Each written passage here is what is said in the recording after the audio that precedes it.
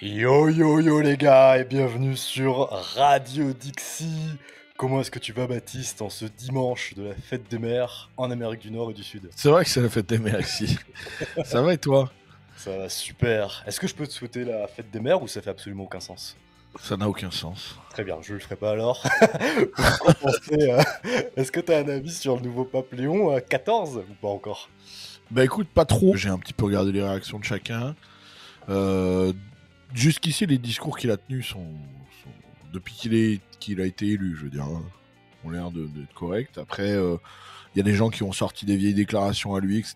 Non, il est censé être plutôt dans une branche progressiste de l'Église, mais bon, on verra durant son règne, tu vois. Ouais, c'est ça. Ouais. De ce qu'on a vu politiquement, il a l'air d'être assez centriste, même s'il a parfois critiqué Vance et Trump de Ouais. manière ponctuelle. Après, il a l'air plus conservateur que François en ce qui concerne les traditions de l'Église. Voilà. Donc ça déjà. Et puis mineur, c'est quand même incroyable d'avoir un pape américain. C'est vrai que c'est une première quand même.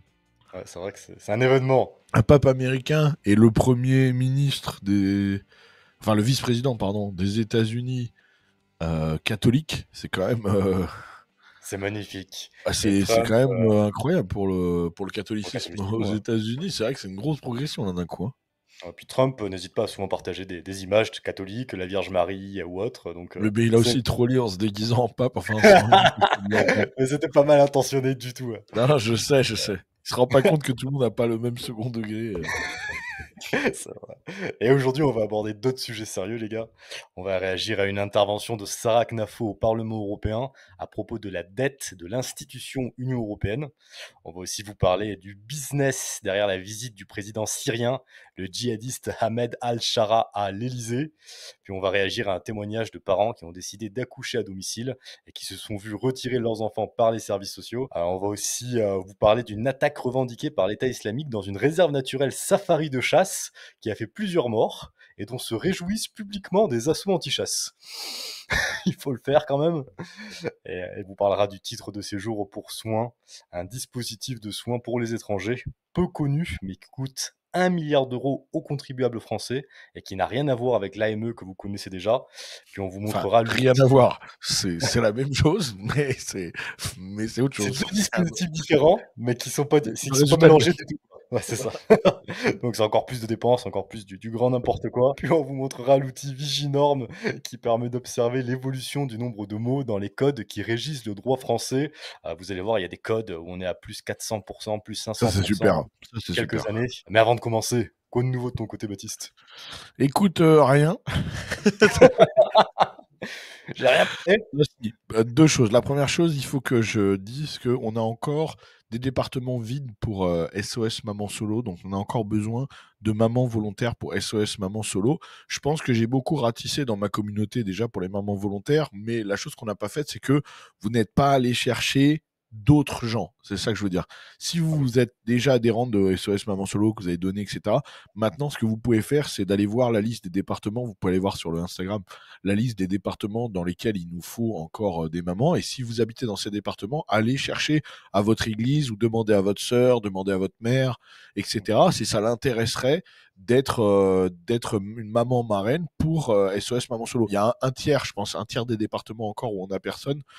Donc, il y a des départements, on a plusieurs volontaires, évidemment, les départements les plus peuplés, etc. Généralement, bah, c'est là où ça se remplit. Donc voilà, faites-le. On a besoin de mamans volontaires. On a des fonds, on a tout ça, mais là, on ne veut pas de trous parce qu'on veut pas que, évidemment, si on se lance et qu'on commence à rendre public le numéro de téléphone et puis il y a une jeune fille qui nous demande de l'aide et qu'elle est dans un département où il y a personne, on n'a pas envie de lui dire ah bah non, pas de chance. Donc voilà, vraiment allez ratisser. Et si vous-même vous êtes maman et que voilà, vous seriez prête à être maman marraine et à accompagner peut-être une jeune fille enceinte pendant sa grossesse, bah voilà, vous nous contactez. Vous pouvez nous contacter via le Instagram, vous pouvez nous contacter via le mail. Tout s'affiche pour ceux qu'on l'a.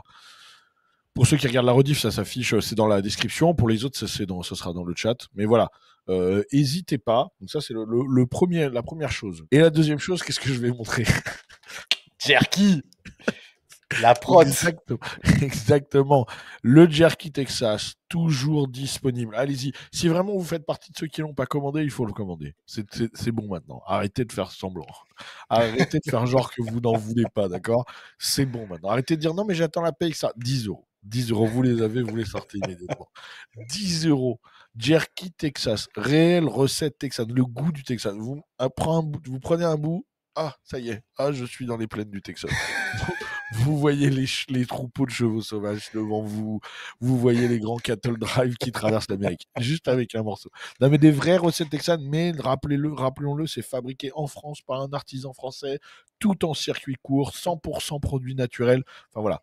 On est imbattable, je veux dire, sur le prix, la qualité, etc. C'est incroyable. On n'a vraiment quasiment que des retours positifs. C'est, enfin, tous les gens, littéralement, on peut dire que c'est parce que je parle pour ma sauce, mais pour de vrai, j'ai été surpris d'avoir autant de retours positifs, quoi. Les gens en recommandent. Le nombre de commandes ne baisse pas là. Pour le moment, on est vraiment sur un gros flux de commandes. Donc allez-y. En plus là, on a du stock. Donc c'est vous commandez, ça part directement. Vous les avez très rapidement. Magnifique. Ouais, il suffit de voir les commentaires YouTube. Ils disent que c'est Ah ben moi je exceptionnel comme reçois produit. plein de messages de gens qui disent qu'ils adorent et tout. Donc allez-y quoi. Allez-y. C'est la qualité française, le goût du Texas. Que demander de plus. Magnifique. Autre chose? Non, c'est bon. Voilà. Ah, bah parfait. Ah Bernard, attends, j'ai un truc à dire. Ah, J'ai un vas-y. truc à dire. Vas-y, vas-y. Ça me fait plaisir d'y penser. J'ai un truc à dire. Pour les gens qui regardent les rediffs et qui se plaignent des pubs, voilà. Ils regardent les rediffs sur YouTube et ils disent il y a trop de pubs, il y en a marre. C'est sur tous les épisodes, t'as des mecs qui se plaignent des pubs. Alors, magie, vous avez une version sans pub sur le Patreon du Guise. Ah, merci, mec. Voilà. Donc, je ne veux pas vous entendre de il y a trop de pubs. Vous voulez pas de pub? Patreon du Guise. Alors, par contre, si vous expliquez il y a trop de pubs, mais je veux pas payer, là, c'est pas pareil. Là, il faut juste aller vous faire enculer, parce que en fait, on travaille pas gratuitement. Donc, en fait, c'est ou le Guise, et là, pas de pub, ou YouTube, sachant qu'on ne choisit pas le nombre de pubs. C'est pas nous qui choisissons le nombre de pubs, ni même où elles sont, d'accord? Donc en fait, on peut juste choisir nous, est-ce qu'on monétise ou est-ce qu'on monétise pas, c'est tout. Et après, la plupart du temps, de toute façon, YouTube nous démonétise. Donc au moins, c'est réglé. Mais nous, on choisit juste la monétisation, donc on choisit pas le nombre de pubs. Mais voilà, si vous voulez pas de pub, c'est magique. C'est combien ça coûte ton Patreon, le Guise? C'est 5 $, 5 euros. Voilà, 5 euros. Pour 5 euros, vous avez 2 par ou mois. 3 radios Dixie par mois. Plus d'autres contenus. Voilà, plus d'autres contenus. Magie. Donc plus besoin de mettre de commentaires, plus besoin de se plaindre, c'est magique. Donc j'espère que j'aurai le bonheur de lire les commentaires et de ne plus voir personne se plaindre des pubs, puisqu'il y a une solution fabuleuse qui va changer votre vie. Exactement. Merci énormément, mec. Sur mon Patreon, je vous ai posté un épisode du podcast À la découverte des abonnés avec Joe qui travaille chez France Télévisions et qui nous raconte tout de l'intérieur. Par exemple, que les présentateurs météo ont la consigne de mettre n'importe quelle information sur le dos du réchauffement climatique, même s'ils n'y croient pas eux-mêmes. Ça vient de la direction. Milieu ultra politisé, profil des journalistes, fonctionnement de l'entreprise. Joe a fait un état des lieux de cette entreprise d'État où il passe ses journées à mettre ses collègues gauchistes face à leurs incohérences, parvenant même à en convaincre certains. C'est tout à son honneur de faire ça de manière non anonyme, mais je pense aussi qu'il a ses raisons. Et puis je vous ai aussi posté sur Patreon une antenne libre pendant laquelle moi et mon acolyte Nicolas Alfonsi avons répondu à vos questions lors de vos appels en direct. Expatriation, projet de colonie au Paraguay, entrepreneuriat, catholicisme. On a même pu demander à un auditeur musulman qui suit aussi des gars comme Papacito et Baptiste comment ils se sentaient quand on critiquait l'islam. Sa réponse était très intéressante. Et tout ça, c'est sur patreon.com/leguise, lien en description. Et je vous mets aussi le Patreon de Baptiste dans la description également. Je te propose de se lancer dans le premier sujet, Baptiste. Allez, je suis chaud. Nickel. Alors là, on va réagir à la petite Sarah. On va écouter cette intervention de Sarah Gnafo au Parlement européen à propos de la dette de l'institution Union européenne. Elle ne parle pas ici de la dette cumulée des pays membres, mais bel et bien de la dette de l'Union européenne en tant qu'entité, en tant qu'organisation publique supranationale. Incroyable qu'il y ait une dette. Exceptionnel. Ce n'est pas un État. Oui. Bordel. Monsieur le Président, chers collègues, saviez-vous que la dette de l'Union européenne venait d'augmenter de 32% en une seule année? soit près de 110 milliards d'euros de dettes supplémentaires. On connaît déjà votre solution favorite, la création de nouveaux impôts. Quota carbone sur les carburants, taxes sur les emballages, taxes sur tout ce qui bouge. Puisque vous avez dépensé sans compter, vous vous apprêtez à nous taxer, nous. Il suffirait pourtant d'un remède de bon sens. Je vais vous y aider. Vous pourriez commencer par supprimer quelques agences européennes dont le budget cumulé atteint désormais plus de 18 milliards d'euros. En 1974, il n'y avait qu'une seule agence européenne, Euratom. Aujourd'hui, il y en a 43. Vous créez plus d'une agence par an depuis 35 ans. Est-ce que l'Europe va mieux pour autant? Je dois vous apprendre que nous avons parfaitement réussi à nous passer jusqu'ici de l'Office communautaire des variétés végétales, de l'Agence européenne de prévention des maladies, de l'Institut européen pour l'égalité entre les hommes et les femmes, et j'en passe. Vous pourriez aussi couper dans les dépenses administratives de la Commission. Encore 7,2 milliards d'euros. C'est plus que le chiffre d'affaires de Dassault Aviation. Ce qui signifie qu'avec les mêmes ressources, certains arrivent à construire les meilleurs avions du monde, tout en dégageant des bénéfices, pendant que d'autres emploient cette somme faramineuse à rémunérer 32 000 fonctionnaires à Bruxelles, dans l'objectif de nous offrir des normes comme s'il en pleuvait. Normes sur le remplissage des boîtes de tomates en conserve, normes sur le nombre de clignotements par minute des clignotants de voiture, normes sur les bouchons en plastique qui doivent rester strictement attachés à la bouteille, etc. Cette fuite en avant n'est pas une fatalité. Les déficits ne sont pas une fatalité. La spoliation de l'argent de nos concitoyens ne doit plus être une fatalité. Je vous remercie. Elle a de l'espoir. Qu'est-ce que ça t'inspire? Mais en fait, elle a raison sur tout, sauf sur la fin. C'est que c'est une fatalité. C'est une fatalité. Le système ne peut exister que comme ça, puisqu'il n'y a pas de barrière. C'est aussi simple que ça. Il n'y a pas de contrôle, il n'y a pas de barrière. Donc ça ne peut que déborder. C'est tout. C'est comme c'est fait. C'est une piscine à débordement. Ça déborde. En fait, c'est pas parce que tu mets moins d'eau ou je sais pas quoi, elle est faite comme ça.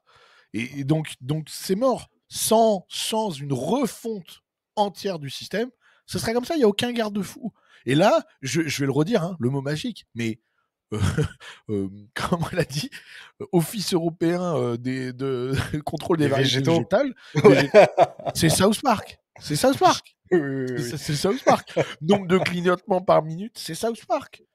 Mais en vérité, ça rend fou. Ça donne envie de faire des dingueries. Là, tu vois, au bout d'un moment, du foutage de gueule aussi ouvertement. Parce que je peux vous assurer, et ça, par contre, je mets ma vie en jeu, qu'il n'y a personne à l'Union européenne qui croit que c'est nécessaire.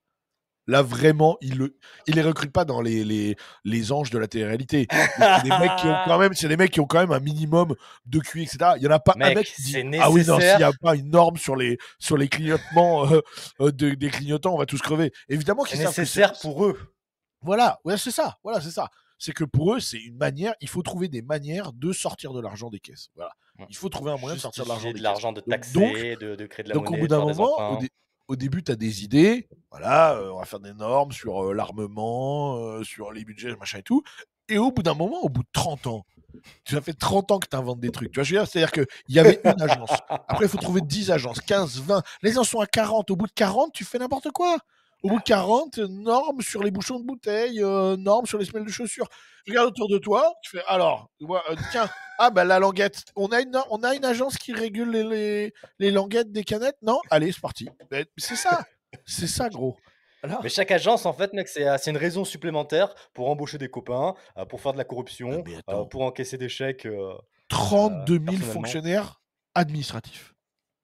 Est-ce que quelqu'un se rend compte que c'est 32 000 personnes qui travaillent? Mais ils font quoi? Administratif. Attends, si on prend même un 35 heures, d'accord? 32 000 personnes à 35 heures par semaine. Non mais attends, je vais faire le calcul parce que là, ça m'en fout. Attends. On rappelle qu'à la base, l'Union européenne, c'était fait pour les échanges commerciaux. Hein. Qu'est-ce qu'ils font pendant 1 120 000 heures de travail par semaine? Vous m'expliquez?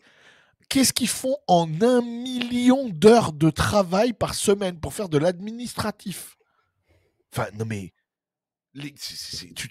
1 million d'heures de travail par semaine. Mais pour faire quoi? Pour faire quoi? Nous casser les couilles. Mais quelle boîte fait ça? Enfin, des boîtes qui ont 32 000 employés, Ah, mais vous mec, allez c'est le regarder. chiffre Hein. d'affaires de Dassault Aviation, hein, elle l'a dit. Oui, ça coûte le chiffre d'affaires de Dassault. Enfin, les mecs sont constructeurs, compagnies aériennes, etc. Enfin, Si on bref, n'avait c'est. pas l'Union Européenne, on pourrait avoir un deuxième Dassault Aviation en Europe. Non, mais, L'équivalent d'un deuxième Dassault Aviation. non, mais vous vous rendez compte? Non, mais c'est un truc de fou. C'est un truc de C'est un fou. enfer Et, total. et on n'a aucun moyen de s'en sortir.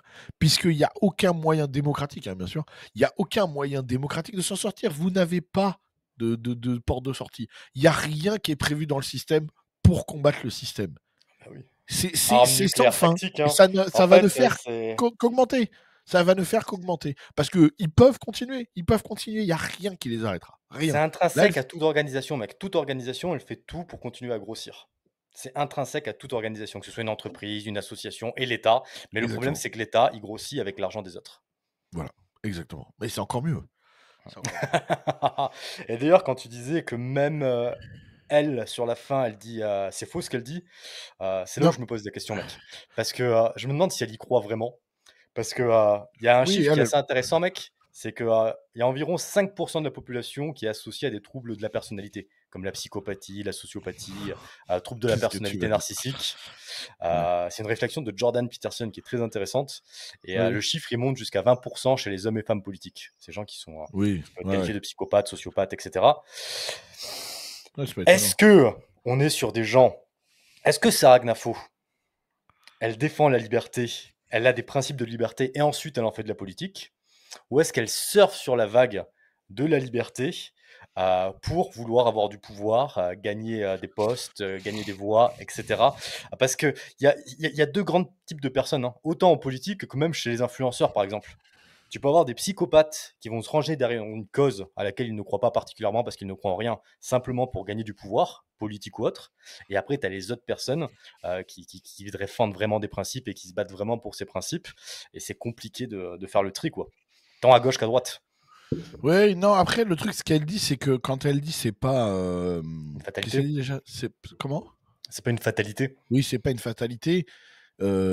Bah, qu'elle y croit ou pas, elle prêche forcément pour sa paroisse. Parce que, en fait, si elle dit c'est une fatalité, bah, ça sert, alors son parti sert à rien, tu vois. Elle, ce qu'elle dit, c'est en gros, on peut changer ce fonctionnement. C'est pas obligatoire, on peut changer ce fonctionnement. Mais mais c'est la technique de l'entrisme, mais qu'on connaît depuis des années. Mais c'est là où moi je suis en désaccord, parce que moi je pense pas qu'on puisse entrer dans l'Union européenne et la changer, comme moi je pense pas qu'on puisse entrer au gouvernement et le changer. Je pense que La, le que- la- gouvernement il la se question change de qu'on peut se l'extérieur. poser, c'est est-ce qu'elle y croit vraiment? Parce qu'elle, elle gagne son pain là-dessus aussi, hein. C'est difficile à dire parce que C'est difficile à dire, ouais. à droite il y a quand même des postes plus, tu vois, ce que je veux dire, plus faciles à, tu vois. Tu pourrais être au Front National, t'as quand même plus de chances entre guillemets, tu vois, avec des idées plus faciles à soutenir, d'avoir des postes, etc. Je sais pas, tu vois. Je sais pas trop, honnêtement. Après, c'est vrai que je trouve qu'ils se sont vachement libéralisés, tu Hmm. vois, sur l'économie. Enfin, tout ça, c'était pas dans la campagne. Hmm. C'était pas dans la campagne Zemmour, tu vois. Et c'est vrai que depuis que en France, on n'a plus soumis aux idées de libéralisme économique à droite, tu vois, qu'on a plus d'influence américaine sur celui-là, etc. Et elle s'est vraiment mise sur ce créneau. Alors, est-ce que c'est quelque chose qu'elle a toujours pensé, voilà. Est-ce que c'est une stratégie de communication? Ils se sont dit, il faut qu'on tape plus sur ce côté-là. Moi, j'ai envie de dire, tu sais quand est-ce qu'on aura la réponse? Bah, sur leur programme des prochaines présidentielles. Parce que si sur leur programme des prochaines présidentielles, il y a une vraie diminution ultra drastique des dépenses 50% des dépenses publiques. voilà, je dirais, allez, soyons gentils, parce qu'il faut faire par étapes. 30% minimum, ok? Ouais. S'il y a 30% de dépenses publiques en moins sur leur programme de présidentielle, c'est un risque qu'ils prennent. Parce que c'est un risque de faire moins d'électeurs et donc de gagner moins d'argent. Parce qu'ils sont payés au nombre des... Parce qu'eux, ils jouent pas la présidentielle, ils savent qu'ils vont pas être président. Donc ils jouent le nombre de voix. À partir d'un certain nombre de voix, tu commences à avoir de l'argent, etc. Le financement. Alors, genre Donc du financement public, hein, des du subventions financement d'État. public. Donc si ils prennent le risque de faire moins d'argent, mais parce qu'ils défendent tu vois ce que je veux dire, une baisse drastique des dépenses publiques, ah ben, c'est qu'ils y croient. Si dans leur programme, bah en fait, il y a 2% de dépenses publiques en moins, bah faut arrêter de faire des discours comme ça, tu vois. Parce que avant de s'attaquer à l'Union européenne, il faut déjà s'attaquer au gouvernement français, tu vois, au système français. Donc, moi, je pense qu'on verra au prochain T'as raison, t'as présidentiel. raison. Et quand elle dit c'est pas une fatalité, tu penses que dans sa tête, elle pense à armes nucléaires tactiques ou pas du tout? Non, je pense pas à ça. Mais au premier présidentiel, il n'était pas pour la sortie de l'Union européenne, Zemmour. Je me Ok. rappelle plus comment il était, mais il défendait un. Je crois qu'il disait que c'était une sorte d'ultimatum, tu sais, qu'il fallait faire des demandes à l'Europe et que si l'Europe se pliait pas, il fallait dire dans ce cas qu'on se barrait. Il me semble que Ok. c'était son discours. Donc c'était à demi-teinte. À Ouais, demi-teinte. ouais. Juste pour vous donner un chiffre marquant, la dette de l'Union européenne s'est levée à 334 milliards d'euros fin 2022. Elle devrait atteindre près de 1000 milliards d'euros d'ici 2026, soit une augmentation de 190% en 4 ans. Pourquoi c'est une façon de gagner de l'argent, de créer des nouveaux postes, de s'en mettre plein les fouilles pour tous ces politiciens de merde. Et ça m'a fait penser à un truc avant de passer au prochain sujet. La grande excuse en ce moment, c'est l'écologie. Pour toujours plus taxer, Ah toujours oui, plus oui, bah, de toute façon, il y a créer toujours des un truc, règles hein. et compagnie. C'est quand même Non, alors, exceptionnel. il y a l'écologie, mais en ce moment, quand même, ils se servent beaucoup du côté de la Russie. Alors là, maintenant, il y a l'Inde aussi, donc on va Ah oui, voir. la guerre. Ouais. Mais il y a la guerre aussi. Maintenant, en ce moment, c'est un nouveau truc quand même. Tu vois ce que je veux dire? C'est-à-dire qu'il y avait que l'écologie et ça commençait à se voir. Donc maintenant, il y a la guerre quand même. Tous les Tu prétextes sont vois? bons. Il n'y Ouais, avait ouais. plus que l'écologie, il n'y avait plus rien d'autre qui marchait et ça commençait à s'essouffler. Oui, parce que la conquête Parfait. spatiale, les trucs comme ça, les gens, tu vois, bon, En fait, ça c'est marche trop sur la tard peur, maintenant, tu vois. mec. Ah, mais mec, Donc c'est la là, peur. voilà, l'écologie. Ah, le réchauffement climatique, vous allez tous mourir. Ah bah non, finalement, c'est Poutine, il va vous tuer avant le réchauffement climatique. C'est ça. Donc voilà. C'est quand même dingue que sur des millénaires et des millénaires, voire même beaucoup plus d'existence humaine sur Terre, ce soit au moment où on a des démocraties où ils ont besoin de taxer et de s'endetter pour s'en mettre plein les fouilles, que la planète est en danger. Ouais, C'est une belle ouais, c'est ça. coïncidence. Ouais. C'est maintenant qu'il faut lever un impôt pour se défendre contre les Russes. Non, mais bon, Putain de voilà. merde. Bon. Alors Prochain qu'en sujet. vrai, le danger, c'est les Arabes. Non, Bon, le danger, c'est l'État et l'islam, en voilà, gros. le Frankistan. Alors, sujet qui fait grincer des dents. Et écoute bien, parce que c'est un angle qu'on voit pas souvent quand on analyse ce sujet. Mais Emmanuel Macron a accueilli mercredi 7 mai Ah à oui. l'Élysée le président syrien Ahmed al-Shara pour sa première visite controversée en Europe depuis qu'il a pris le pouvoir après la chute de Bachar el-Assad en décembre 2024. Le président français a demandé à son invité, lors d'une conférence de presse commune, de tout mettre en œuvre pour assurer la protection de tous les Syriens, sans exception, quelles que soient leurs origines, leur religion, leur confession, leurs opinions. Mais cette visite a bien évidemment une face cachée, à savoir une histoire de business. La Syrie est détruite et il faut la reconstruire et il faut trouver de l'argent. Or, sur un marché de la reconstruction à plusieurs centaines de milliards, les places se préemptent dès maintenant. Une semaine avant cette visite controversée à Paris, un événement est passé quasiment inaperçu. Ahmed Al-Shara a supervisé la signature d'un contrat avec le géant français de la logistique CMA-CGM, géant aux mains de la famille Saadé, une famille d'origine syrienne. Son patron Rodolphe est un ami d'Emmanuel Macron, qui vient ainsi de remporter l'exploitation du port de Latakia en Syrie pour 30 ans. Il y a aussi Total Energy, pour finir, qui voudrait revenir en Syrie. Des contacts auraient été déjà pris avec Damas. Total Energy lorgne des gisements de gaz prometteurs près de Palmyre et à l'est de Homs. Et il se trouve que l'État syrien lui doit de l'argent sur d'anciens contrats de partage de production. L'entourage d'Emmanuel Macron pousse ainsi au retour des entreprises françaises en Syrie. Je te donne la parole. Ouais, bah, de toute façon, c'est obligatoire. En fait, c'est toujours pareil. C'est qu'ils brisent. C'est-à-dire qu'ils brisent des alliances naturelles en permanence. Tu vois, Pour du fric. avec les Russes. Bah oui, parce que on brise toutes les alliances qu'on avait, tous les contrats qu'il y avait avec les Russes, tu vois. On se met mal avec les États-Unis. Tu vois, tout est comme ça. Et donc après, bah, il faut bien trouver, tu vois.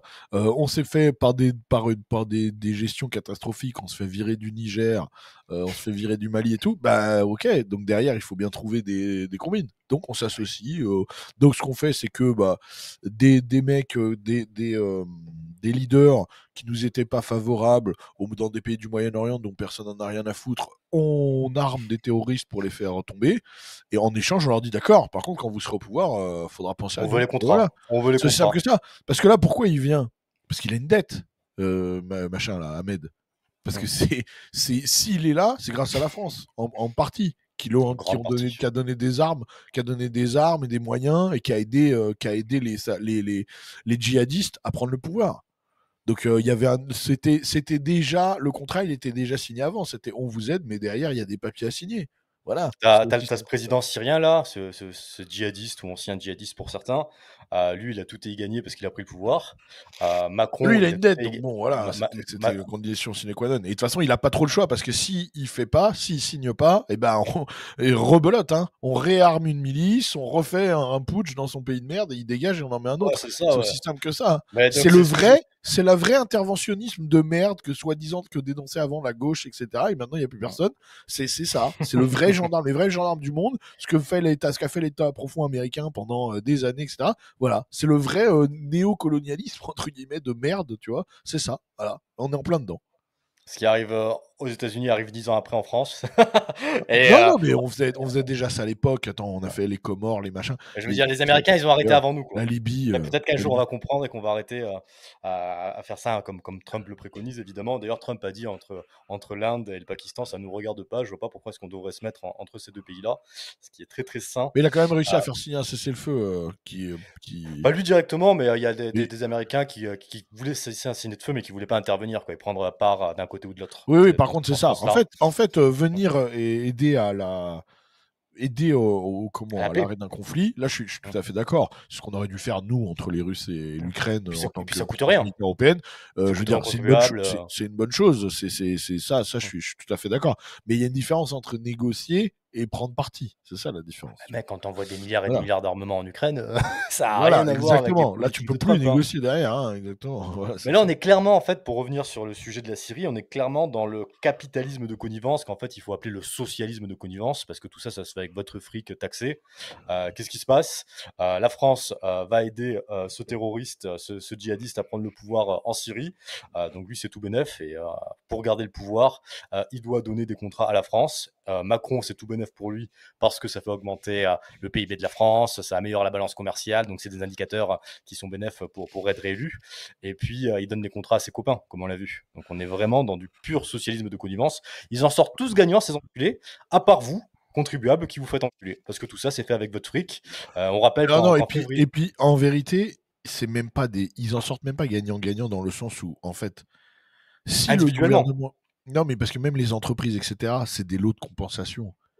En fait, en vérité. C'est-à-dire que économiquement parlant, la France s'en sortirait mieux si elle avait des alliances naturelles avec des grandes puissances, etc. Si elle avait encore, tu vois, je veux dire, s'ils avaient pas Ouais, mais tout c'est entre la Russie et la Syrie, les tu vois, entreprises. Les entreprises copines du gouvernement, elles s'en sortent mieux. Pendant que toutes les autres, elles oui, galèrent. sûrement. Ouais. Mais tu vois, Total, etc. Je pense que Total, si tu leur dis tu préfères le marché russe ou le marché syrien, à mon avis, ils préfèrent le marché russe, tu vois. C'est vrai. Donc, c'est des lots de compensation, entre guillemets. Ils prennent aussi ce que, tu vois, une fois que le mec a tout foiré, ils disent bon, on a tout foiré, par contre, on vous a obtenu la Syrie, bah tu prends ce qu'il y a, tu vois. C'est vrai. Et tout ça, évidemment, c'est fait avec votre fric parce que on rappelle qu'en février, Macron avait annoncé que la France s'engageait à consacrer 50 millions d'euros à l'aide humanitaire et à la stabilisation de la Syrie. Et ça ne s'arrête pas là. La distribution de votre argent durement gagné. Ouais, Mercredi c'est parti. dernier, lors de la conférence de presse commune avec Ahmed Al-Shara, Macron a cette fois-ci annoncé le déblocage de fonds internationaux pour soutenir la Syrie. Mais de toute façon, Exceptionnel, c'est quand comme ça hein, parce que l'argent, faut pas croire que c'est ils peuvent sortir. Enfin, quand on vous dit ils les ont aidés, ils les ont armés, ils les financent, etc., faut pas croire qu'il y a des mallettes de fric, on n'est plus dans les années 30. C'est pas des mallettes avec des lingots d'or sortis en secret d'une réserve dont personne n'a entendu parler. Là, on peut plus faire ça. Donc maintenant, c'est dans les comptes carrément, hein. C'est-à-dire que ça passe par des fonds de soutien au développement, des fonds de machin, etc. Mais en fait, l'argent, il va dans les poches de Ahmed et ses copains, hein. Ça sert Il y à a cet acheter des asso qui va comme ça. t'envoyer. Je vais t'envoyer le RIB de cette association, transfère-leur à eux. Voilà, c'est ça. Exactement. Alors, tu sais ce qui se passe quand on envoie de l'argent à ces pays au Moyen-Orient ou en Afrique? Il y a plein de Toyota Hilux en plus. Oui, c'est ça. Et la Toyota, population, elle reste dans la merde. le marché l'augmente. Il Des s'agit de montres, toutes les des Toyota, montres ça sort G-Shock, des Toyota et tout. Non, C'est mais oui, enfin, exceptionnel. bref. Et attends, mais faut remettre quand même les choses au clair, hein, parce que tous ces psychopathes, pour en revenir au fait que ce sont des psychopathes, il faut se rappeler que c'était un membre clé de la branche syrienne Al-Qaïda, que c'était un collaborateur de l'État islamique en Irak, deux organisations qui ont revendiqué des attentats en France pour plus de 250 morts sur le sol français. Bien sûr. Bien sûr. C'est la chaise, comme tu le disais si bien. Ouais. Ça mérite la chaise. Ils font. Le pire, c'est qu'il y en a plein des gouvernements qui ont fait des trucs comme ça, tu vois. Soutenir des mecs, tu sais, on se rappelle, ça a commencé à l'époque. Rappelle-toi, à l'époque, on en parle souvent, mais pour combattre le soviétisme, on arme les talibans, tu vois, les États-Unis qui arment les talibans, etc. Bachar al-Assad, en Iran, etc., les prises de pouvoir, Israël, qui est en guerre contre les djihadistes en Palestine. Ils soutiennent les djihadistes en Syrie parce que Bachar al-Assad, c'est pas notre copain, tu vois. Il aimait pas Tu les vois juifs, ouais. et après, voilà, exactement. C'est du foutage de gueule. C'est du foutage de gueule. C'est qu'ils ont des. L'Arabie Saoudite, c'est pareil. Tu vois, l'Arabie Saoudite qui combat le terrorisme dans certaines portions du monde et puis le finance dans d'autres. Enfin, c'est vraiment, voilà, selon si c'est au Yémen ou, tu vois, aux Émirats Arabes Unis, c'est pas pareil. Enfin, bon, voilà, chacun trouve midi à sa porte. C'est du foutage de gueule. C'est vraiment les magouilles de derrière les, tu vois. Les fagots. Ah Et c'est super nous intéressant. derrière on est là, ah ouais, parce que alors moi j'ai 2 bulletins de vote, alors qui c'est que je choisis? Vraiment, c'est vraiment le con de l'histoire. Le con de l'histoire. Et tu te fais extorquer, c'est les dindons de la Ouais, farce. C'est les dindons de la bien farce. sûr. Tu te fais extorquer de tous les côtés. Et c'est super intéressant ce que tu disais, parce que moi je me disais, tu vois, que lorsqu'on fait ça pour aller choper des contrats de construction, etc., au final c'est du fric supplémentaire pour les entreprises françaises. Et dans ma tête, je me disais, nous en tant que libertariens, en tant que libéraux, en fait, on veut pas forcément qu'il y ait plus de fric. Nous on veut des choses morales, des choses qui respectent le consentement, la propriété privée, etc. Mais en réalité, ça va toujours dans le même sens. S'ils n'agissaient pas, s'ils n'intervenaient pas, ça irait beaucoup mieux pour les entreprises françaises. Ah bah de oui, manière globale. s'ils les laissaient Ouais. faire eux-mêmes leur contrat avec qui ils voulaient, oui, ils iraient chercher les marchés les plus intéressants et c'est tout, hein. Ça c'est évident, hein, c'est évident. Ah oui. C'est ce qu'a dit Sylvain Tiger par rapport à tout ça. Comme tu dis, c'est mieux pour les copains, c'est mieux, mais pour la concurrence et le marché de manière générale, c'est moins bon. Socialisme de connivence. Ouais. Socialisme de connivence, bordel de merde. Sylvain Tiger, tu sais comment il a réagi à tout ça? Sylvain Tiger qu'on a reçu lors du dernier épisode, en réaction au déblocage de nouveaux fonds par Macron. J'en ai ras le cul. Il a tweeté, hein. J'en ai ras le cul, je bosse 6 mois dans l'année pour ce pays de cas sociaux. Je remplis mes impôts, paye à temps, me fais saigner, tout ça pour que mon fric aille à des terroristes islamistes. C'est terminé, je me tire. Il a officialisé son départ de la France. Mais quand tu payes, tu pètes un câble. Moi, je paye plus, tu vois. Et pourtant, quand je vois là le truc de l'Union européenne, ça me rend fou. J'ai envie parce que rien que le fait, je sais que j'ai payé pour ces conneries-là, je sais qu'il y a mes parents qui payent pour ça me rend fou. Ça me rend fou, mais fou, tu vois. C'est une mafia, c'est une putain de mafia. C'est insupportable, Tout ça, c'est juste pour des intérêts personnels. Hein. On va pas répéter tout ce qu'on a dit avant, mais c'est pour des putains d'intérêts personnels. C'est pour du pouvoir et du fric. Il faut qu'ils s'inventent tous les prétextes possibles au lieu de vous laisser tranquille. Et puis c'est ça. Il y avait juste la vidéo aussi d'Al-Shara, mais je vais pas vous la montrer parce que tout le monde a vu qu'il se pavane devant la Tour Eiffel avec des rebeux qui l'applaudissent. Merci. C'est South Park, la boucle est bouclée. Et mais je te propose d'aller sur un prochain sujet, ouais, exactement, un sujet un peu plus long. Vous allez voir, c'est une vidéo qui est quand même assez longue. On ne sait pas si on va la regarder en entier, mais en tout cas, vous allez. On va vous passer. Si je pense qu'on peut regarder peut-être. Bon, si on voit que sur la fin ça se répète, on arrêtera. Mais on vous montre la vidéo et on en parle après. Faisons comme ça. Je ferme ma gueule. On ne va pas pouvoir voir nos filles. Je ne vais pas pouvoir voir mon bébé. Timothée a vécu 4 mois et demi sans papier, sans identité. On nous fait des menaces de retrait, de signalement, enfin vraiment, on nous intimide. C'est évident que si j'avais accouché à la maternité, on n'en serait pas là. Quand ils ont emmené Nausicaa, elle avait 23 mois. Quand ils ont enlevé Lou, elle avait 7 jours. Là, actuellement, ça va faire 2 semaines qu'ils ont enlevé les filles. En fait, on a fait l'objet d'un signalement, puis d'une OPP, d'une saisie en fait de nos enfants pour les protéger. Parce que j'ai accouché avec Raphaël, donc Chelmy. Pendant ma première grossesse, j'ai déjà essayé de combiner ce que je voulais moi personnellement avec quel suivi pouvait m'apporter l'hôpital, et j'ai subi beaucoup de pression. Moi, j'avais vraiment cette volonté-là de me réapproprier et mon corps et mon accouchement et d'être pleinement actrice et souveraine de ce moment-là. Donc j'ai accouché debout, j'avais aucune douleur. Le temps que le bébé descend, ça a pris, je dirais 20 secondes, 30 secondes.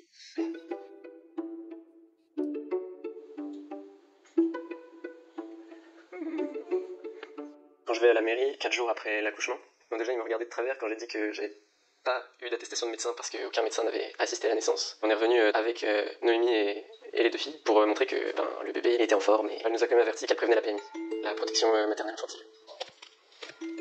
Le délai pour déclarer un enfant à la mairie, c'est 5 jours. Par l'autre parent, le médecin qui a assisté à l'accouchement ou la sage-femme, toute personne qui a assisté à l'accouchement, la personne chez qui la femme a accouché si elle n'a pas accouché chez elle. En fait, j'ai pris peur. J'ai dit que j'avais accouché trop rapidement et que c'était pas volontaire. C'est une information que je vois passer beaucoup dans ce milieu-là qui est, surtout si vous accouchez toute seule chez vous, ne dites pas que c'est volontaire parce que ce sera jamais compris.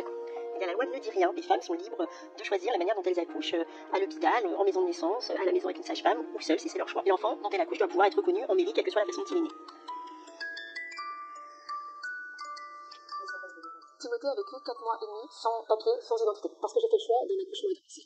Quand moi je raconte mes accouchements, j'estime avoir suivi des violences obstétriques et gynécologiques. Moi c'était clair, je ne voulais plus accoucher à l'hôpital. Rapidement, je me suis tournée vers l'accouchement non assisté. J'ai découvert que c'était possible, que c'était légal. Personnellement, j'étais inscrite à la maternité la plus proche de chez moi. J'ai d'ailleurs fait un suivi auprès de cette maternité. Timothée est né début juillet 2022 à la maison, sans assistance.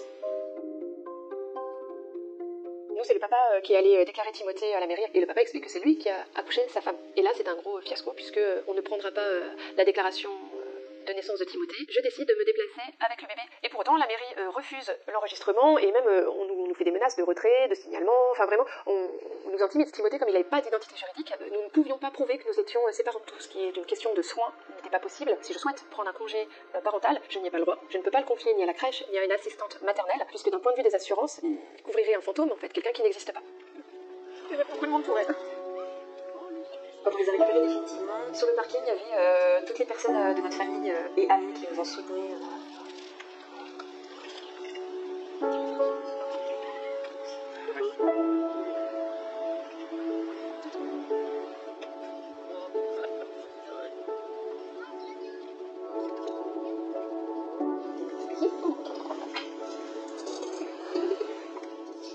C'était plus du tout la même petite fille. Quand elle est rentrée à la maison, elle n'osait pas traverser le salon. Elle a perdu sa propreté 2 jours comme de nuit. Je me souviens que ça faisait 1 heure qu'elle était arrivée, elle s'est fait pipi dessus. Du coup, elle était hyper changée. Lou, principalement physiquement.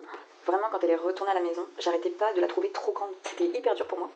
Bon, couple là, Nausicaa, machin et tout, on a bien compris que c'était des gauchistes et tout. Mais le problème n'est pas là. En fait, le problème n'est pas là. Ouais.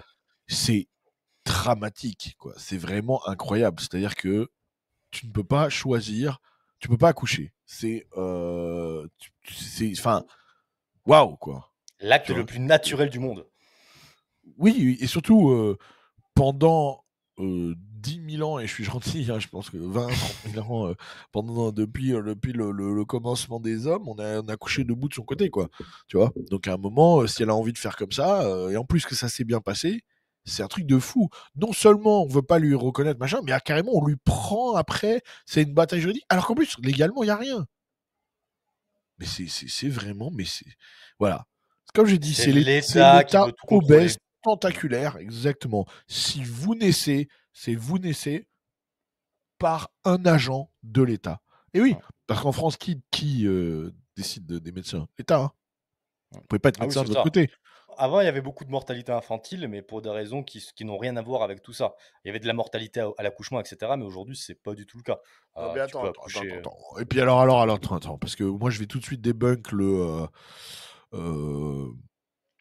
oui, mais ça peut être dangereux pour le bébé tout. C'est ça oui, mais on parle d'un pays où vous pouvez tuer votre bébé. Dans un office de l'État. On se fout de la gueule du monde ou quoi? Attendez, il y a 200 000. Si tu vas les voir et que tu leur dis, vous pouvez arracher les bras et les jambes de mon bébé à l'intérieur, qui est à l'intérieur de mon ventre, oui, pas de souci. Par contre, si tu vas les voir et que tu leur dis, mon bébé va très bien, j'ai accouché de mon côté, mon Dieu, c'est de la maltraitance. Non mais attendez, un moment, t'imagines, on te retire tes gamins, tes enfants en bas âge pendant plusieurs semaines, plusieurs mois. Moi, quand j'ai vu la première fois cette vidéo, j'ai versé une petite larme, alors que je verse des larmes extrêmement rarement. Oui, en tant que père, j'imagine. T'imagines, t'enlèves ton enfant dans des moments ultra importants, et ensuite, dans la suite de la vidéo, ils expliquaient que les gamins, ils étaient complètement changés, quoi. Ils avaient perdu des bonnes habitudes, ils montraient plus autant de démonstrations d'affection, etc. C'est un enfer. Et puis, la réalité, c'est que c'est l'État qui impose ça, mec. Mais il y a aussi tous les petits suppôts de l'État. Toutes les petites fonctionnaires à la mairie. Ah non, ça rentre pas dans le cadre républicain. Je vais faire un signalement pour qu'on vienne vous prendre vos enfants. Voilà, bah oui, c'est ça. Les traîtres, les collabos, les traîtres, appelez comme vous voulez, voilà, c'est ça.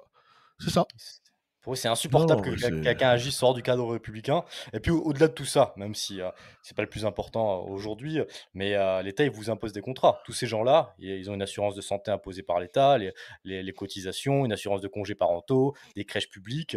En fait, tous ces services publics, c'est des contrats que vous impose l'État. Vous êtes obligé de payer et vous êtes obligé de faire vivre ces services-là. Donc ces gens-là, ils ont été extorqués pour financer tout ce système, tous ces services imposés, et en plus, ils n'ont pas le droit de les utiliser car ils n'ont pas été de bons petits républicains. Ils n'ont pas le droit d'emmener leur enfant chez le médecin, ils n'auront pas le droit de les emmener à la crèche,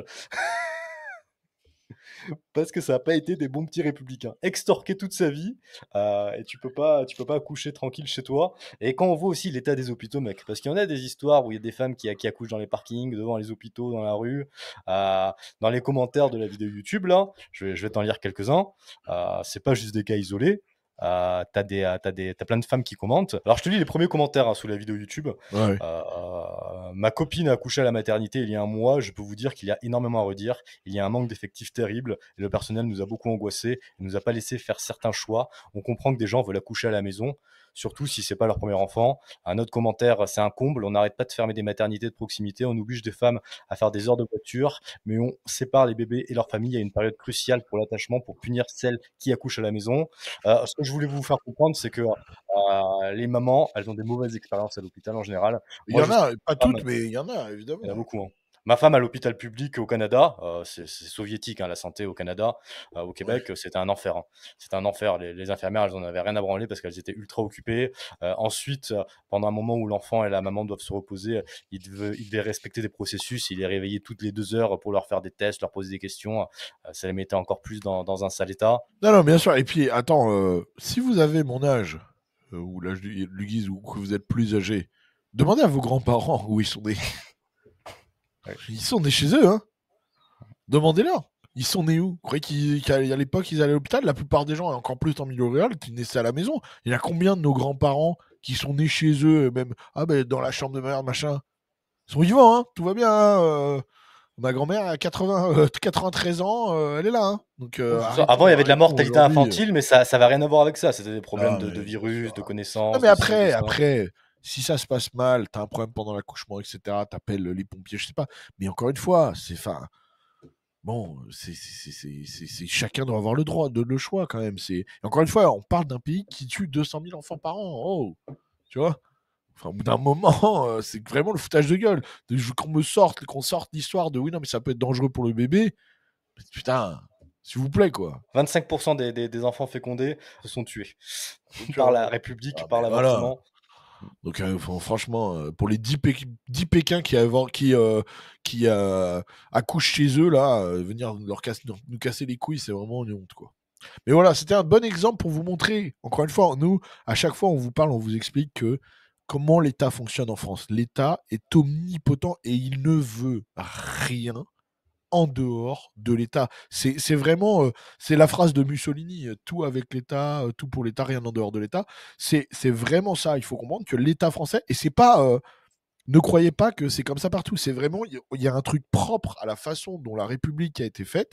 Et donc, forcément, comme le Guise l'a dit tout à l'heure, c'est-à-dire que ça ne peut faire que grossir. Donc, ça a grossi. En France, c'est l'État. Par exemple, une question souvent, des fois, on a l'impression que certaines questions qui sont traitées en France, c'est de la bêtise ou ça manque de bon sens. Mais non, parce qu'on voit pas les choses de la bonne façon. Par exemple, la légitime défense.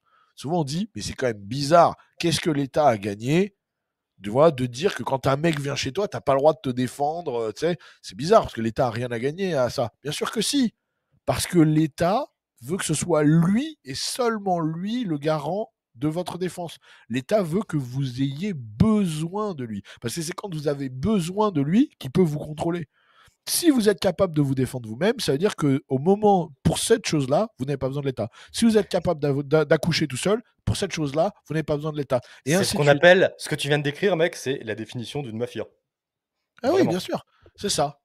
C'est le contrôle total. L'État doit avoir le contrôle de tout. Et tout, ça passe par des détails. Ça passe par les bouchons de bouteille et les clignotants, mais ça passe sur quand vous accouchez, quand vous vous défendez, quand vous mourrez.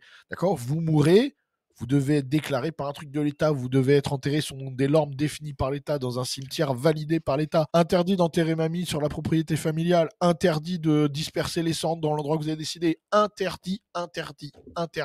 C'est l'État qui décide où vous naîtrez, c'est l'État qui décide où vous mourrez, c'est l'État qui décide qui vous fera naître, c'est l'État qui décide qui vous tuera bientôt avec l'euthanasie. C'est comme ça, c'est l'État partout, tout le temps. Et ça, vraiment, c'est propre à chez nous. Et quand on va dans d'autres pays qui sont beaucoup plus libres, il n'y a pas que les États-Unis, même des pays en Asie, etc., on se rend compte que ça, c'est. En fait, pour les Français, c'est devenu normal. Ce n'est pas la norme. Ce n'est pas la norme d'avoir tu vas dans vraiment certains pays, les gens ils l'œil sont de l'État choqués. Hein. partout. Tu vas dans Bien certains sûr, pays, beaucoup de gens tu sont leur parles de choqués. ça, ils sont choqués. Beaucoup de gens sont choqués. C'est l'État qui décide quelle musique tu as le droit d'utiliser ou pas pendant l'enterrement. Mais surtout, mec, c'est l'État qui décide qu'est-ce qui doit être fait avec tout ce que tu as réalisé pendant ta vie. Qu'est-ce qui doit être fait avec l'entreprise que tu as laissée sur Exactement. Terre? Bien Qu'est-ce qui sûr, doit être tout. fait avec l'or que tu as laissé sur Terre? Tout. En France, il n'y a rien dans votre vie qui se passe de l'État. C'est comme ça. Aujourd'hui, ils sont arrivés à un système complet. La roue est faite. Il n'y a plus rien dans votre existence en France qui ne soit pas soumise à l'État. C'est comme ça.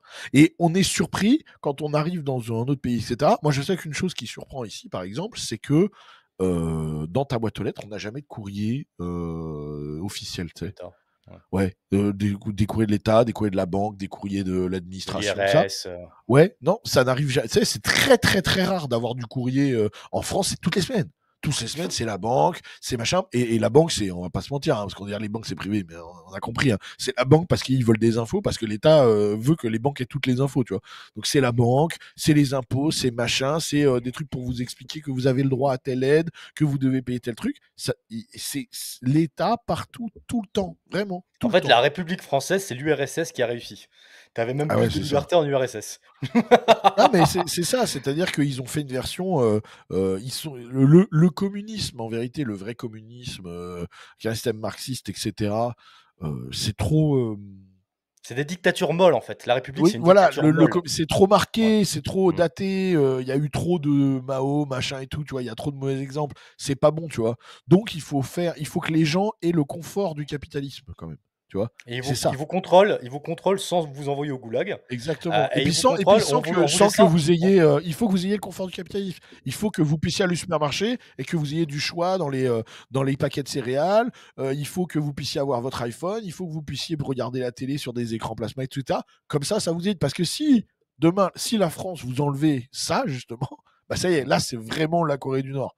Donc, et là, tu t'en rends compte. Donc, tant que les gens ont leur confort, et aujourd'hui, le capitalisme moderne a amené le plus gros confort de vie que l'homme est connu. Il faut bien comprendre que, je vous parlais de ma grand-mère tout à l'heure, entre la génération de ma grand-mère et ma génération, dans la génération de ma grand-mère, il y avait plus de la moitié de la France qui n'avait pas l'eau courante à la maison. Plus de la moitié, d'accord ? On ne parle pas d'Internet, etc. C'est dingue. Et oui, mon arrière-grand-mère espagnole, elle était contente parce qu'elle avait une orange comme cadeau de Noël. Vraiment. Mon oncle qui est né en Bretagne, qui est mort il y a quelques mois, qui était dans cette tranche d'âge, mon oncle, il a connu la première vraie route en béton en Bretagne pour pouvoir aller jusqu'à Paris.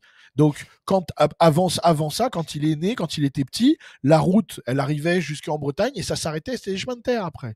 Donc aujourd'hui, le capitalisme moderne a amené la plus grosse dose de confort et ça permet de mettre du communisme, entre guillemets, tu vois ce que je veux dire ? Non, mais je ne sais pas comment l'expliquer, mais ouais, ça permet d'avoir le contrôle, tu vois, de l'URSS sans que les gens se rebellent parce que tant qu'ils peuvent s'asseoir dans leur canapé, les gens, ça leur va. Et c'est grâce au progrès apporté par le capitalisme, par le libre marché, que ces États totalitaires socialistes, qui sont des dictatures molles, peuvent exister. Donc c'est quand même paradoxal. C'est quand même, en fait, cocasse. Si vous allez en Corée du Nord... Juste par rapport à ce que tu disais, mec, en fait, chaque année, vous avez un petit peu moins. Mais c'est tellement... ça va lentement. Un peu moins de liberté. Et c'est pour ça que vous avez moins de liberté, moins de confort de vie qu'il y a 10 ans, qu'il y a 20 ans. Mais si vous allez en Corée du Nord, il n'y a pas TikTok. Voilà. En Corée du Nord, c'est interdit. Il n'y a pas TikTok. Vous ne pouvez pas avoir TikTok. Et ça, les Français, ils ne veulent pas ça. Mais en France, vous avez TikTok. Par contre, TikTok doit payer des impôts en France, doit respecter les normes de l'État. TikTok doit censurer les créateurs que l'État a décidé, etc. Et ça, c'est la bonne façon de faire du communisme, entre guillemets. Tu vois ? Parce que les gens, ils ont toujours TikTok. Donc les gens, ils se disent, ben non, nous, on est libre puisqu'on a TikTok, tu vois. Bah oui. Alors que regarde, en Corée du Nord, c'est pas pareil, ils l'ont pas TikTok. On est Voilà, libre, la on fait différence, elle les- est là. Je vous prends TikTok, c'est une métaphore hein, du truc en particulier. Mais c'est qu'ils ont compris que faire passer de la libre entreprise capitaliste à travers la passoire de l'État, c'est mieux que de juste faire un mur, tu vois. Plutôt que d'avoir un mur qui divise l'Allemagne en deux, c'est mieux d'avoir tu vois, un filet où tu tries. Juste, et t'as que ce que tu veux. Comme ça, les gens ils disent, bah si, ça circule quand même. Comme ils y sont allés petit à petit, mec, année après année, Et oui, décennie faut après pas faire du décennie. jour au lendemain. Aujourd'hui, on se retrouve avec un pays plus taxé que l'URSS. Ah ouais, voilà. Ou que la Corée du Nord. Non, Le taxé en Corée du Nord, tu vas me dire. Mais ouais, non, c'est ça y va petit à petit, on l'accepte petit à petit, on se fait défoncer Et par. là, par vraiment, ces c'est gens. fou. On n'arrive pas à, je pense que c'est le sujet principal sur lequel il faut éveiller aujourd'hui les consciences, c'est la dictature. C'est l'omniprésence de l'État. Parce que c'est pas du tout admis. Parce que vous nous entendez le répéter matin, midi et soir depuis 2 ans maintenant. Donc je pense que ça va. Et puis il y en a beaucoup de vous qui lisent Oberton, qui s'intéressent. Donc vous n'êtes pas le français moyen. Hein. Mais le français moyen, comme il n'a connu, et surtout encore plus nos générations, parce qu'elles n'ont connu que ça. Tu vois, le français moyen, comme il n'a connu que ça, il pense que c'est pour le coup, que c'est une fatalité, que c'est normal. Et c'est là le problème. Lui, il se dit, c'est pas normal d'avoir des terroristes qui décapitent les gens dans la rue. Ça, il voit bien que c'est pas normal. Personne trouve ça normal. Il y a plein de choses comme ça. Il y a plein de choses où là, les gens voient que c'est pas normal. Mais pour le français moyen, devoir accoucher avec que ce soit l'État qui doit nous faire accoucher, l'État qui nous enterre, l'État, ça, pour le français moyen, c'est normal. Il voit pas le problème. Alors qu'il y a autant de problèmes à ça que les décapitations dans la rue. Mais c'est un truc qui a pas, ça n'a pas encore, il n'y a pas encore eu d'éveil des consciences là-dessus. Et ça va être très très dur. Je pense qu'un Français, peu importe où ils sont en France, il regarde autour de lui, tout est réglementé par l'État. Tout est Oui, c'est légiféré, ça. tout est contrôlé Mais par l'État. ça va être très très dur là-dessus, le travail. Et moi, je crois moyennement à qu'on éveille là-dessus, sur ce sujet, parce que des poissons qui sont nés en aquarium, qui sont élevés en aquarium, tu vois ce que je veux dire, depuis plusieurs générations, tu ne peux pas leur expliquer que le lac c'est mieux. La rivière c'est mieux. Vraiment, tu vois ce que je veux dire, Puis même philosophiquement, c'est mec, très compliqué. pour complémenter ce que tu dis, spirituellement, philosophiquement, là, tu n'as plus aucun libre arbitre, ou du moins, l'État vient grappiner sur ton libre arbitre petit à petit, année après année. Et la Ah oui. réalité, c'est que sans libre arbitre, on est juste des robots. La vie n'a aucun sens. Si l'État Bien sûr. décide absolument tout pour toi, c'est un enfer. C'est un enfer. Bref, next actu. Allez. Celle-ci, elle va t'énerver, mec. Elle va t'énerver. Elle va t'exaspérer, du moins. Une attaque revendiquée par l'État islamique dans une réserve naturelle Ah oui. safari de Ah, mais c'est moi chasse qui t'ai envoyé celle-là. d'une ville touristique isolée du nord du Mozambique a tué au moins 2 gardes forestiers, a indiqué un groupe local de protection de la nature. Cette région riche en gaz est en proie depuis des années à des violences djihadistes qui ont tué des milliers de personnes. L'attaque du 29 avril dans cette réserve naturelle a coûté la vie à 2 éclaireurs chargés de la lutte contre le braconnage, en plus de 2 autres gardes forestiers toujours portés disparus et d'un autre gravement blessé. Au cours des derniers jours, notre équipe a travaillé sans relâche pour trouver et soutenir le personnel et les membres de la communauté touchée, a déclaré l'organisation de conservation Nissa Carnivore Project dans un communiqué, après que plus de 2000 personnes se soient réfugiées dans la brousse pour se mettre à l'abri. Et vous savez quelle est la réaction des groupes activistes qui s'opposent à la chasse? Eh bien, ils sont très contents. Par exemple, le groupe X-Post Trophy Hunting s'est félicité de la nouvelle en tweetant: le camp principal du safari de chasse Chapungu Kamboko au Mozambique a été incendié par des insurgés musulmans. Selon le propriétaire Jacques Hartzenberg, 60 chasseurs de trophées ne pourront plus chasser. Un répit pour les animaux. Non mais vous vous rendez compte. Vous vous rendez compte à quel point, non mais ils en sont où? Ils ont une telle détestation et haine aveugle de la chasse qu'ils sont prêts à tout cautionner, y compris des massacres de pauvres gens par des terroristes. C'est mieux pour eux. Sans parler, je vais même pas parler, je vous ai déjà fait un speech sur la conservation et vous expliquer en quoi ces réserves de chasse, etc., elles sont bénéfiques pour les animaux, mais même sans ça, je veux dire, à un moment, il faut quand même être un malade mental pour dire, enfin, je veux dire, là, il y a un problème. Si tu te dis, moi, ce lion-là, il va pas être tué cette semaine, parce qu'en gros, c'est, voilà, tu vois, genre, il y a un lion de moins qui va être tué ça vaut le coup que des gens qui travaillent dans la réserve, parce qu'il n'y a pas que des chasseurs, hein. Là, les gens qui ont été tués, c'est des locaux, hein, qui travaillent dans la réserve, qui aident justement, il y a les gens qui protègent, notamment ceux qui protègent des braconniers, c'est eux les premiers qui ont été tués. Donc là, les mecs qui font de la lutte anti-braconnage, des soigneurs, des gens qui travaillent sur la réserve pour tout, la bouffe, l'acheminement de l'eau, machin, etc. C'est ces gens-là qui ont été massacrés. Et pour des anti-chasses, c'est bien. Ça, c'est bien. Ça vaut le coup. Il faut le dire, mec. Non, mais mec, il faut le dire parce que tout le monde n'est pas au courant et tout le monde n'a pas écouté ta super intervention de l'autre jour. C'est grâce à la chasse qu'il y a cette réserve naturelle. Point. Ah oui, bien sûr. Évidemment, oui, c'est. Mais je veux dire, même sans parler de ça, là, même sans. Je veux dire, à un moment, même imaginons que ce soit négatif. Oh, à un moment, les gars, enfin. Non, mais. Il y a un souci là, quand même. Je veux dire, c'est d'avoir une haine à ce point. Mais il y a de l'ordre de la maladie mentale, parce que je l'avais déjà dit quand j'avais parlé de ma rencontre avec Solveig Gallois. C'est comme la haine du riche, mec. C'est de la haine. Point. Ils ont une haine et puis ils ont un trouble de l'empathie. Un trouble de l'empathie, en fait. Ils ont un problème avec ce qu'ils ressentent pour les animaux, et c'est pas normal, en fait. C'est-à-dire qu'en fait, je pense que n'importe quel mec sain d'esprit, ça lui fait du mal de voir un animal souffrir ou un animal mourir. C'est logique. Je pense que ça, c'est normal de ressentir de la peine.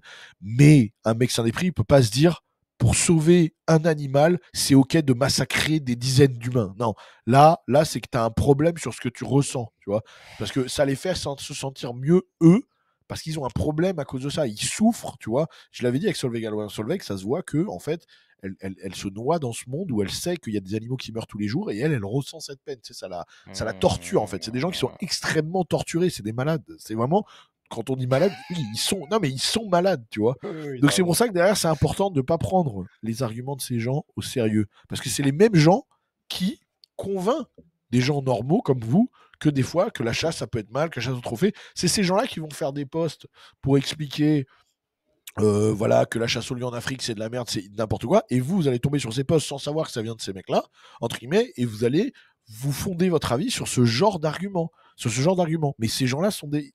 Vous imaginez que s'ils sont capables de se réjouir d'une attaque terroriste sur des civils, ils sont capables de mentir dans un article sur la chasse, ou dans un reportage. Je veux dire, leur barrière morale, leur limite morale, elle est un peu loin de ça, tu vois. Mais mec, c'est comme les socialistes, la fin justifie les moyens. Ils sont prêts à respecter aucun commandement tant que ça fait avancer leur cause. C'est ça. Donc là, on est vraiment sur, on est sur ce... On est sur ce type de personnes. Donc voilà, c'était un exemple. C'était pas, il n'y a pas besoin d'en parler 10 000 ans, mais c'est vraiment un exemple flagrant là de l'absurdité de ce genre de choses, quoi. De ce genre d'organisation. Enfin, c'est fou quand même. C'est fou. Ils sont dans le faux à tous les niveaux. Oui, et puis bon, ils font ça de loin sur Twitter, etc. Mais ils vont pas aller voir les gens là-bas pour leur dire que c'est bien que leur frère soit mort, tu vois.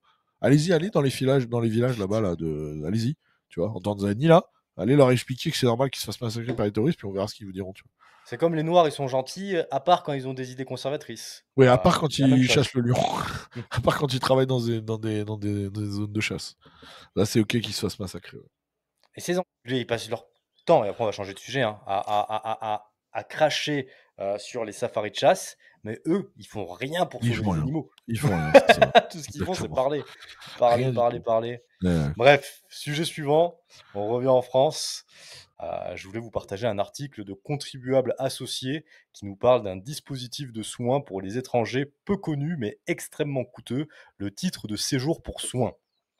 Vous connaissez déjà l'aide médicale d'État, l'AME, controversée qui coûte 1,2 milliard d'euros aux contribuables et permet aux étrangers entrés illégalement sur le territoire d'être pris en charge gratuitement.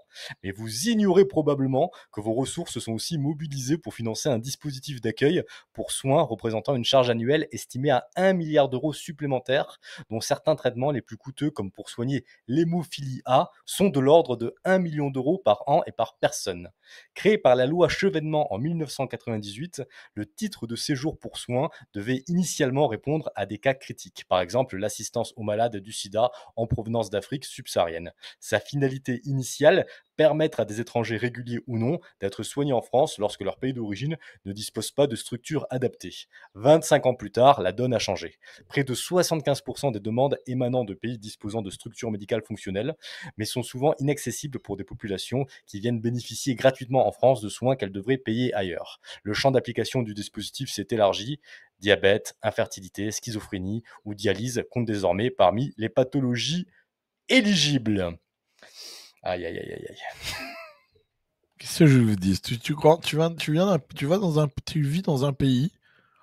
Enfin, t'as jamais foutu les pieds en France, t'as jamais cotisé, tu n'as aucun rapport même avec le sol français. T'es malade et tu dis ah bah c'est trop cher chez moi, je vais aller en France et en France c'est gratuit. Mais à un moment, enfin. C'est Sylvain Tiger Et qui puis paye. bien sûr. Encore une fois, qui vous a demandé votre avis? Bah oui. Parce que moi je suis ok. Si on vient me voir et que un mec me dit écoute, est-ce que tu peux m'aider à payer ma dialyse, je m'en sors pas, etc. Pourquoi pas? Faut voir, analyser les cas. Pourquoi Bah pas? oui, évidemment. Je suis d'accord même pour donner à des associations qui aident ces gens-là et qu'on se cotise, etc. Mais là, qui nous a demandé? Des gens vont venir se faire soigner avec votre argent, que vous le vouliez ou non, et vous n'avez aucun œil à avoir là-dessus, aucun critère de sélection. C'est, surprise, l'État qui choisit. Voilà. Et pendant ce temps-là, vous avez des taux de survie au cancer et aux maladies graves bien inférieurs à ce qu'on peut retrouver en Amérique du Nord. Et pendant ce temps-là, quand vous allez à l'hôpital public, vous êtes traité comme de la merde. Dans un hôpital où on vous explique qu'il manque des médecins, qu'il manque de moyens, où on vous en a parlé des centaines de fois, on va pas revenir avec. Il y a qu'à voir le dernier épisode, d'accord, avec des gens qui appellent le SAMU, qui sont laissés pour morts, qui font des infarctus tout seuls chez eux parce on leur envoie pas de médecin, etc. Dans le même hôpital, il y a un mec qui va venir de je sais pas où, d'Amérique, on sait pas d'où il vient, tu vois, de Hong Kong, de je sais pas où, qui va débarquer, qui va dire mais moi j'ai un diabète, il faut qu'on me le soigne ici, mais tu sais qu'il y a des Canadiens et des Américains qui ont réussi à passer à travers les mailles du filet pour se faire soigner en France dans ce dispositif-là.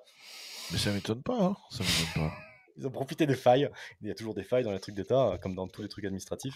Il y a une question très intéressante qui nous est posée par Titi Farceur. Quelqu'un aurait le courage d'additionner les dizaines de milliards traités depuis le début de Radio Dixie, voir combien ça représente. Bon courage. Non, parce qu'en plus, déjà à la base, c'est le combienième épisode, tu sais pas, non, c'est pas. On doit être à 40, 50 peut-être, à vérifier, mais on doit être dans ces eaux-là, je pense. On fait une playlist sur YouTube, Radio Dixie. Tiens, je vais aller vérifier, tiens, on a un peu de temps. Je vais regarder la playlist vite fait. Non, je le fais, vas-y, attends. Ah bah vas-y, merci. Je suis là.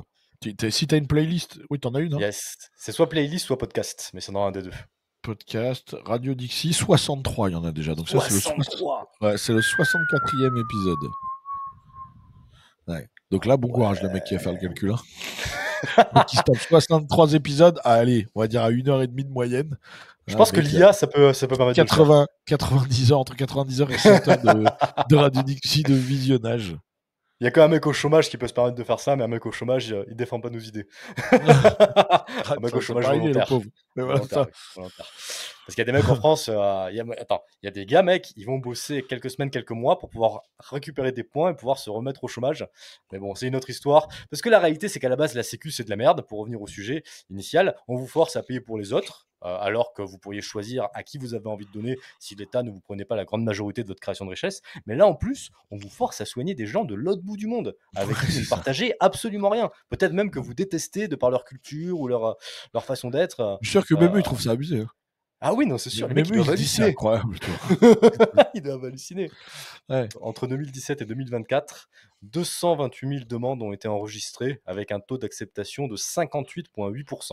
C'est-à-dire que tu as plus d'une chance sur deux d'être accepté si tu fais une demande pour venir te faire soigner en France. Ouais. Tout frais payé par le contribuable. Et d'après l'Office français de l'immigration et de l'intégration, les Algériens, les Ivoiriens, les Géorgiens et les Congolais figurent parmi les principaux bénéficiaires de ce système unique au monde. Les Algériens. Ah bon. Tiens. Ils détestent la France, mais à part qu'il faut venir se faire soigner. Je comprends pas. Je croyais que l'Algérie c'était super, qu'ils avaient les meilleurs médecins, les meilleurs hôpitaux. Je comprends pas. Ça m'étonne quand même. Il faudra revoir ce chiffre. Ça m'étonne parce que l'Algérie c'est vraiment tellement à la pointe de tout. Je pense qu'il y a un problème dans cette donnée-là. Ouais, je ouais. pense qu'à mon avis, ils voulaient dire peut-être arménien, à mon avis. Arménien. Et ils ont dit algérien. Voilà, et c'est une faute de frappe, je pense. Parce que dans les Algériens, quand même. En plus, c'est un peuple fier, donc ils viendraient pas, après l'indépendance et tout, venir quémander des soins dans le Ah pays. oui. Non, qui ont voulu être indépendants. Ça, non, ça leur ressemble pas. Et en plus, comme ils ont vraiment des hôpitaux super et des médecins super, et que des gens talentueux en Algérie. Et puis, de toute façon, les Algériens, ils sont trop forts pour être malades. Donc, vraiment, il n'y a rien qui va là-dedans. Pour Et puis moi, comme c'est ils pas sont, possible. comme ils sont super cohérents, c'est évident qu'ils n'auraient pas ce genre Oui. de comportement. Bah non, bah attends, non. Attends, ils construisent 12 hôpitaux par semaine en Algérie. Donc, vraiment, avec le fer qu'on n'a pas utilisé pour la Tour Eiffel. Ah, ils prennent cher, ils prennent cher. Bref, en France, vous ne pouvez pas juste. En France, vous payez pas juste pour les assistés sociaux français, mais vous payez pour les assistés sociaux du monde entier. Et je vous propose de passer à une autre actu. Tu sais comment ils soignent les diabétiques en Algérie? Ils frottent la lampe, ils disent génie, soigne-moi, soigne mon diabète. Putain. Aïe, aïe, aïe, aïe, aïe. Ah, c'est dur, c'est dur, c'est dur. Bon, bref. Bon, Oh, allez, faisons le jeu le des petit mots. jeu. Vous allez voir, c'est rigolo, c'est rigolo. Beyrouth Contribuable direct associé. tient sa tête en plein milieu. Qu'est-ce qu'il fait là, lui? Contribuable associé réalise une première depuis la Ve République, rendre transparent l'inflation normative mensuelle avec l'outil Viginorme. Vous pouvez maintenant observer l'évolution du nombre de mots dans les codes qui régissent le droit français sur la période de 2000 à 2025. Regardons ça ensemble. Alors là, tu vois, on a plus 335 385 mots qui ont été rajoutés dans les lois françaises depuis la nomination du gouvernement de François Bayrou le 13 décembre 2024. Pas mal.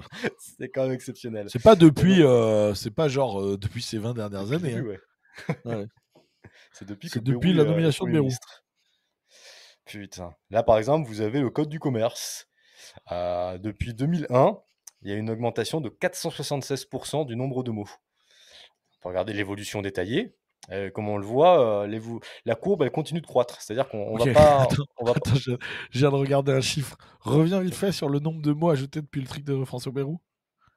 Vas-y, regarde. Donc là, on est... Parce qu'en fait, c'est dur à se rendre compte combien ça fait. On est d'accord? 335 000 mots.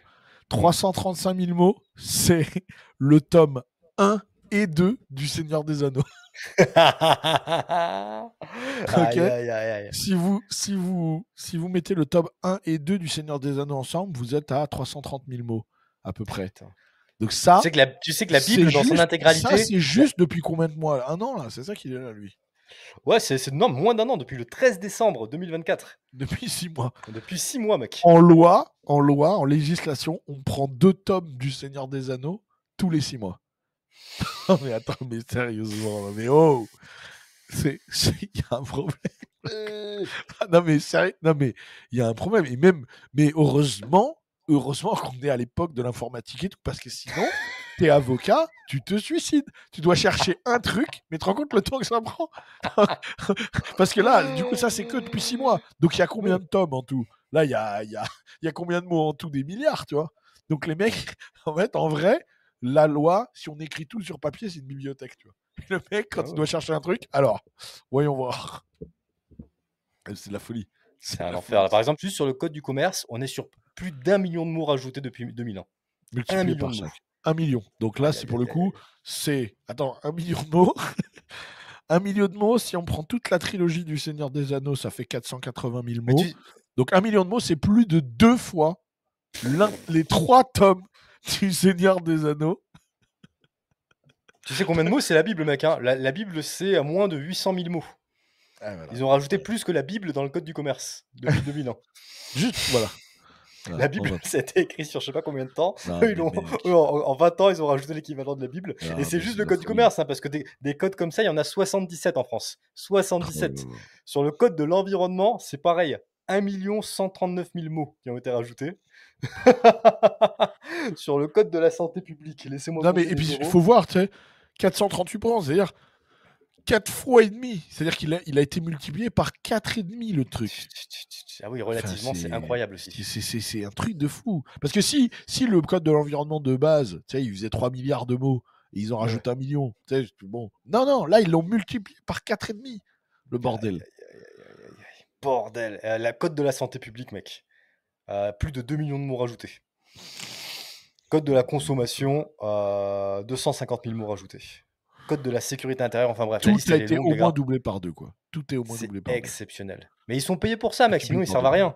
Comme tu le disais très bien lors d'une émission, je ne sais plus laquelle, s'ils ne créent pas des nouvelles lois, s'ils ne créent pas des nouvelles normes, ils ne servent à rien.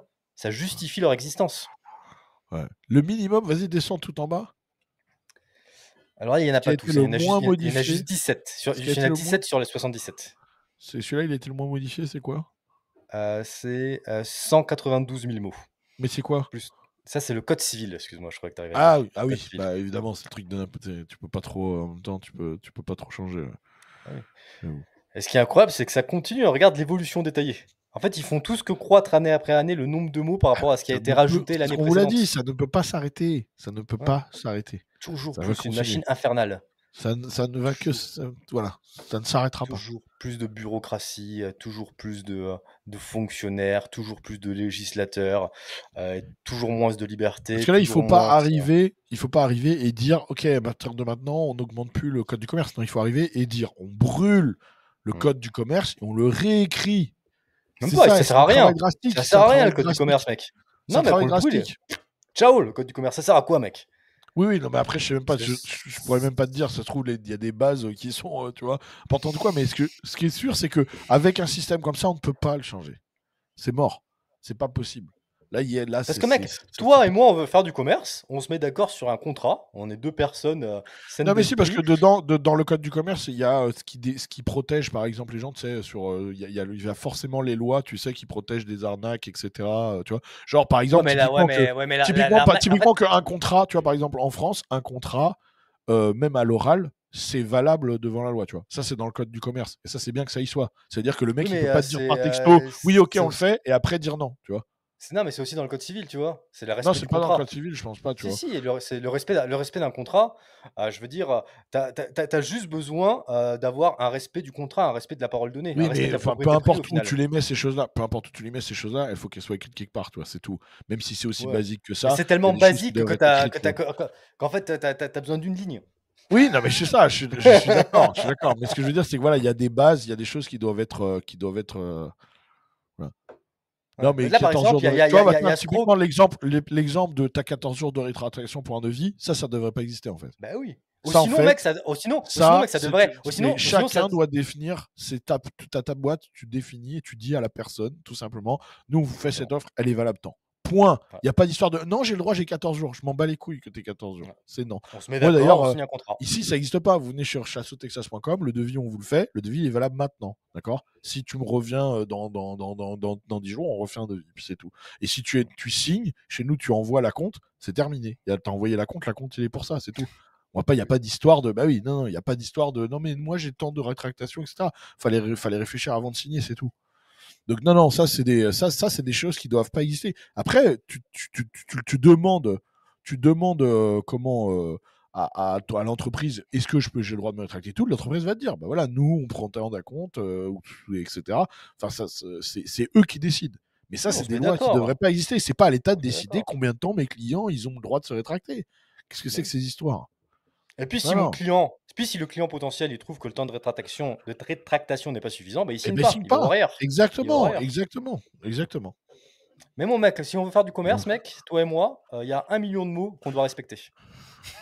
Non mais c'est on doit respecter 1 million de mots, mec. C'est n'importe quoi. Aïe. Il y a tellement de gens qui sont payés à faire ça qu'il faut bien qu'ils aient du travail. Et Contribuable Associé a fait un article pour justement expliquer tout ça. Et je vais prendre mon temps, mais vous inquiétez pas, j'enlèverai ça au montage. Je vais voir s'il n'y a pas des chiffres plus globaux justement dans cet article-là. De toute façon, je pense que c'est quand même parlant, déjà, très impactant. Ah oui, c'est très très parlant.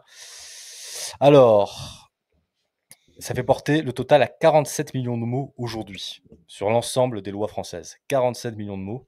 Le droit français compte 104% de mots en plus depuis 2022. Sur l'ensemble du droit français, ça a été multiplié par 2. Il y en a certains qui ont été multipliés par 4, par 5, dépendamment des codes. Il y en a certains peut-être qui n'ont pas trop augmenté. Mais en 20 ans, vous avez 2 fois plus de normes, de lois dans la gueule, si on compte le nombre de mots. Non, le code de la consommation, ça, on a déjà vu tout ça. Mais bon, bref, ouais, t'as raison, c'est déjà très très parlant. C'est infernal. Ouais. C'est Bon, infernal. on finit là-dessus. On est dans les temps. Parfait. Parfait. Merci à tous. Merci Baptiste. Merci à vous. Et puis, ce sera en ligne normalement. Ah, attends, mardi j'ai un sur truc à dire. YouTube. Ah, J'ai un vas-y, truc à dire. vas-y, Ah, vas-y. ça me fait plaisir d'y penser. J'ai un truc à dire. Tu pourras peut-être même le mettre au début, de le remettre au début sur le montage. Pour les gens qui regardent les rediffs et qui se plaignent des pubs. Voilà. Ils regardent les rediffs sur YouTube et ils disent il y a trop de pubs, il y en a marre. C'est sur tous les épisodes, t'as des mecs qui se plaignent des pubs. Alors, magie. Vous avez une version sans pub sur le Patreon du Guise. Merci mec. Voilà. Donc, je ne veux pas vous entendre de il y a trop de pubs. Vous voulez pas de pub? Patreon du Guise. Alors, par contre, si vous expliquez il y a trop de pubs, mais je veux pas payer, là, c'est pas pareil. Là, il faut juste aller vous faire enculer. Parce que, en fait, on travaille pas gratuitement. Donc, en fait, c'est ou le Guise, et là, pas de pub, ou YouTube, sachant qu'on ne choisit pas le nombre de pubs. C'est pas nous qui choisissons le nombre de pubs, ni même où elles sont, d'accord? Donc en fait, on peut juste choisir nous, est-ce qu'on monétise ou est-ce qu'on monétise pas, c'est tout. Et après, la plupart du temps, de toute façon, YouTube nous démonétise. Donc au moins, c'est réglé. Mais nous, on choisit juste la monétisation, donc on choisit pas le nombre de pubs. Mais voilà, si vous voulez pas de pub, c'est magique. C'est combien ça coûte ton Patreon, le gars? C'est 5 $, 5 €. Voilà, 5 €. Pour 5 €, vous avez 2 Par ou mois. 3 Radio Dixie par mois. Plus d'autres contenus. Voilà, plus d'autres contenus. Magie. Donc plus besoin de mettre de commentaires, plus besoin de se plaindre, c'est magique. Donc j'espère que j'aurai le bonheur de lire les commentaires et de ne plus voir personne se plaindre des pubs, puisqu'il y a une solution fabuleuse qui va changer votre vie. Exactement. 7,50 €, merci énormément, mec. 7,50 €, c'est sur le Patreon si vous passez par l'application iPhone, parce que ces ils prennent 30% sur chaque transaction. Mais sinon, c'est vraiment 5 €. Donc d'ailleurs, si vous voulez nous abonner à vos Patreons, passez par des navigateurs. Ne passez pas par l'application. Ça, je savais pas parce ça. que vous allez économiser 30%. Ouais, c'est récent. C'est sorti il y a quelques semaines. Ah, ok. Ils étaient en procès, mais toutes les transactions faites depuis une application iPhone, 30% pour Apple, peu importe l'application. Donc passez par des navigateurs, ouais, les gars. Écoute, merci énormément, mec. On n'a pas de blague cette fois-ci, mais on va peut-être vous en préparer une pour la prochaine fois. Et puis à très bientôt. Je réfléchis Ciao, les gars. si j'ai pas de blague là. Non, j'ai pas de blague. Tu m'as pris au dépourvu. La prochaine fois. Ciao, mec. Merci. Ciao à tout le monde.